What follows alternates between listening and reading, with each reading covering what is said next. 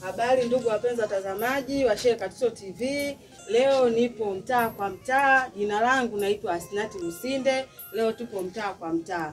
Leo tutaongelea baadhi ya watu ambao unakuta wanakojoa kwenye makopo, baada ya hapo wanatupa popote pale. Unakuta mtu kakojoa kwenye kopo anatupa. Kuna baadhi ya watu wengine wafanya biashara, wanafanya biashara ya kuokota makopo na kwenda kuuza kujipatia kipato. Sasa unapotupa chini, ina maana yule anakuja anamimina mkojo chini, anafungua na mimina, anatia kwenye mfuko kwenda kuuza. Inakuwa kwanza ni hatari kwa afya yake. Kwa maana hiyo inakuwa sio ustaarabu. Hii tabia sio tabia nzuri. Na mada nyingine pia ambayo tunayo ni mada ambayo inahusu, kuna baadhi ya watu ambao sio waaminifu. Kuna baadhi ya watu sio waaminifu. Unakuta mtu anaenda kwa mtu kwenda kumlilia shida kwamba anahitaji kwenda kuchukua mkopo. Mwenzake anaenda anamdhamini. Akishaenda kumdhamini, yeye anachofanya anapoteza uaminifu. Mtu anamchukua anaenda kumdhamini kwenye mkopo, na wakati anaenda kumdhamini anamwambia kwamba mimi hii pesa naenda kuchukua, lakini kwa ajili ya biashara. Nataka nifanye biashara, au nataka nipeleke mtoto wangu shule. Mwenzake anasema sio mbaya, ngoja nijibebeshe huo mzigo nikamdhamini mwenzangu mradi apate kumpeleka mtoto wake shule au apate kupata biashara kwa ajili ya kuendesha maisha yake. Baada ya hapo ile hela anaichukua, akishaichukua anaenda kufanyia shughuli au anamkimbia yule ambaye amemdhamini. Baada ya hapo anamwachia mwenzake balaa, anamwachia mwenzake sekeseke, anamuingiza kwenye matatizo. Kiukweli kabisa inao pia inakuwa sio ustaarabu. Kwa hiyo leo tutaongelea mada mbili ambazo itakuwa wanaokojoa kwenye machupa na kutupa ovyo. Na kuna baadhi ya watu ambao sio waaminifu. Wanadhaminiwa, baada ya hapo anamkimbia, anamwachia mwenzake deni. Kwa hiyo tuendeleeni jamani, muwe pamoja kuanzia mwanzo wa kipindi mpaka tutapomaliza. Naitwa Asnati Lusinde, mtaa kwa mtaa. Habari yako kaka? Salama, vipi hali? Safi, mzima? Niko poa sana. Majina mimi naitwa Asnati Lusinde, natokea Sheikh Katuto TV. Simu zangu naitwa nani? Mimi naitwa Doto Kalikwendo. Doto, kuna kitu nataka tukidiscuss hapa. Kuna baadhi ya watu wana tabia ya kukojoa kwenye machupa na kumwaga mkojo. Wanatupa zile chupa zikiwa zina mikojo. Sasa kuna wengine ni wafanyabiashara ya machupa, unakuta wanakuja wanaokota kwa ajili ya kuwapelekea wauza juisi, wanaouza maji. Hili swala linakuwa si ustaarabu. Hili swala wao nalionaje? Kama ambavyo umesema, kweli sio ustaarabu, na sio ustaarabu kabisa. Kuna kuchafua mazingira. Wanachafua mazingira kwa maana gani? Kwa sababu kwanza sasa hivi unajua hata magonjwa ni mengi. Wewe unapokojoa mkojo wako, unaona kwamba unakojoa ni sahihi, alafu unaenda unatupa kule nje. Kule kuna watoto wanapita na wao wakota machupa, wale hawatajali.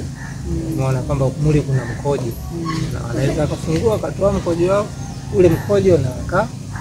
Lakini pia kuna hao wengine ambao hao watu wa majuisi siku hizi wanaweka juisi, wengine wanaweka sabuni. Hayo makopo ndio ambao wanaenda wanaokota, wanaenda wanatia hiyo vitu. Sasa just imagine unaenda unaokota kopo ambalo ulikuwa mtu amekojoa, alafu unaenda unatia juisi. Kwa sababu yule naye ni mfanyabiashara, ataenda akatie kwa sababu anayemuuzia hamjui. Tayari magonjwa ndio yanaanzia. Sasa na licha tu wafanya biashara, kuna watoto unakuta wengine wanakuwa wanacheza, kapita pale kakuta lile kopo limejaa, yeye anajua labda ni juisi, anafungua anakunywa. Baada ya kuona kwamba ladha haielewi, ndio atafanyaje? Ataacha. Pia inaathiri vile kwa watoto. Kweli kabisa. Sababu kuna watoto wengine hawasikii. Wengine watungu. Kwa hiyo hata kama utamkatalia kwamba bwana usiende huko, yeye ataenda. Ataenda atakuta hiyo chupa ina mkojo, anafungua, anaweza kujua ni juisi, akanywa. Tayari inamsababishia magonjwa mtoto akazaa. Kwa hiyo sio sahihi kabisa. Mara nyingi wanasema wanaokojoa mkojo kwenye machupa wanakuwa vijana. Ili sawa, unaona liko sahihi? Kwa ni vijana ndio ambao wanaongoza kwa kukojoa kwenye machupa. Ni kweli. Hata mwenyewe kuna kipindi hali kama hiyo nilikuwa nayo. Nafikiri ni uvivu tu, uvivu wa kufikiria, lakini uvivu pia wa kufanya mambo. Sababu kama wewe unaishi hapo ni kwako, hapo kwako unaishi mwenyewe, labda unaishi na mtu, unaweza ukatoka ukaenda chooni ukafanya mambo yako then ukarudi ndani. Sasa mwingine anakuwa ni uvivu kuamka. Kwa mfano kama mimi ilikuwa ni uvivu wa kuamka. Kwa hiyo usiku ulikuwa unafanya shughuli yako? Nilikuwa nafanya. Mimi siwezi nikaongopa, nilikuwa nafanya, lakini baada ya kuja kugundua kwamba ni makosa, kaona hii sio sawa. Kwa nikaachana. Yaani ni bora kama unaona unaogopa kutoka, basi tafuta hata chumba cha self. Tafuta chumba cha self. Au kama vipi, tafuta namna nyingine. Lakini sio kwamba kuna machupa ya maji ndio wewe unakojua alafu unaenda unatupa. Watu wanaokota magonjwa. Wengine wanakuwa ni wafanyabiashara, nakuta lile eneo ambalo anafanyia biashara hakuna choo. Kwa hiyo anachoona yeye bora tu akojoe kwenye chupa kutwa nzima, baada ya hapo atafuta fuko lake anaenda na yamwaga sehemu, anarudi nyumbani kwake anaendelea na shughuli zake. Ni kweli, huko ni kutokujali. Yaani hiyo inakuja kwenye dhana ya kutokujali. Na pia watu kama hao na elimu inatakiwa kutolewa. Unajua kuna hizi elimu zingine tusichukulie poa. Yaani tusione kwamba hivi vitu vinafanyika vya kawaida basi tunachukulia poa. Elimu inatakiwa, na watu ambao wanatoa elimu inatakiwa serikali ichukue vitu vidogo sio vya kuvichukulia labda simple, chukulia serious. Sababu hivi vitu vidogo ndio ambao vinakuja kuathiri watu. Unawapa ushauri gani watu ambao wana tabia kukojoa kwenye machupa na kutupa mikojo? Ushauri ambao mimi naweza nikawapatia ndugu zangu, huko ambako tunaishi kuna watoto, sawa? Na hao watoto sio kwamba tu ni watoto wa watu, hata mwanao pia anaishi kwenye mazingira hayo. Kwa kitu ambacho tunakifanya jaribu kukiacha kwa sababu kinahatarisha afya. Sawa.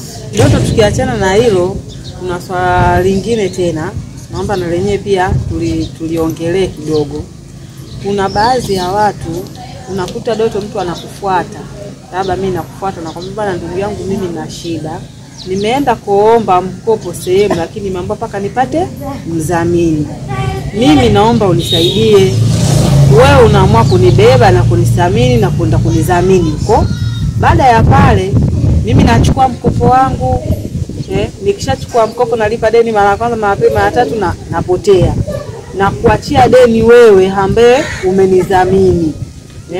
Hilo sana unalichukuliaje? Sina experience sana na hayo mambo kwa sababu sijawahi kufanya. Lakini ninaona kuna baadhi ya watu wanafanya hivyo. Kikweli unakuwa sio ustaarabu. Sio ustaarabu kabisa. Kwa sababu ulifuata ukiwa una shida. Mimi kwa sababu nina utu nikaamua kukusaidia wewe. Sawa? Sasa iweje tena utu wangu mimi wa kukusaidia wewe inakuja tena inakuwa karaa tena kwangu? Sio sawa. Sababu leo utanikimbia mimi. Kwanza wewe mtu tunamuita nitapeli. Unaona? Sababu utakuja kwangu utanikimbia. Utaenda kwa mwingine utakimbia. Mwisho wa siku wewe utakamatwa. Wanasema kwa Mungu ni mbaini. Sio ustaarabu kabisa. Kwa hiyo kifupi ukibebwa na wewe bebeka. Bebwa na wewe jaribu kubebeka. Kwa sababu wanasemaga malipo ni hapa duniani. Unavyonifanyia mimi ubaya leo, hata kama mimi sitakurudishia ubaya. Sawa. Huko unakoenda maisha yanavyoendelea, kuna watu watakufanyia ubaya wewe kama mboi unafanyia. Kwa hiyo kibebwa na bebeka. Cha mwisho kabisa Twin, na unawapa ushauri gani watu ambao mwenzako anaamua kukusaidia lakini wewe unamwangusha au unamuumiza? Kwamba yani mtu ambaye anakwambia anaamua kukufili kwenye mkopo, anaenda anakubeba, anakuwekea mzamana. Baada ya hapo unachukua ile pesa, wewe unakimbia unamwachia yeye madeni. Yani kuwapa ushauri wa watu. Ushauri wangu mimi ni kuacha. Na kama unaona kwamba huwezi kukopa, achana na mkopo. Wewe jidundulize tu, tafuta taratibu. Kama ulikuwa na jambo lako unataka kufanya, basi jidundulize, tafuta taratibu, fanya jambo lako. Na hapo utafanya kwa amani. Lakini kwanza unajua wengi wanaenda kukopa halafu ile pesa hawana cha kufanya. Yaani hajapanga matumizi ya ile pesa. Anapoipata pesa ndio anaenda kupanga matumizi. Sasa huko tunakosea. Unaona, unakuta unaweza ukalipa leo, alipa kesho kutwa ukashinda. Kwa mimi ushauri wangu tu ni kwamba hiyo ni njia mbaya. Kama hawezi kukopa bora, kwa sababu anasababisha matatizo kwa mtu mwingine.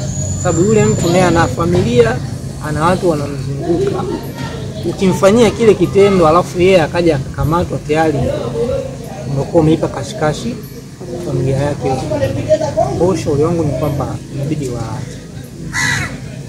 Nashukuru sana Bwana Lodi. Asante. Asante.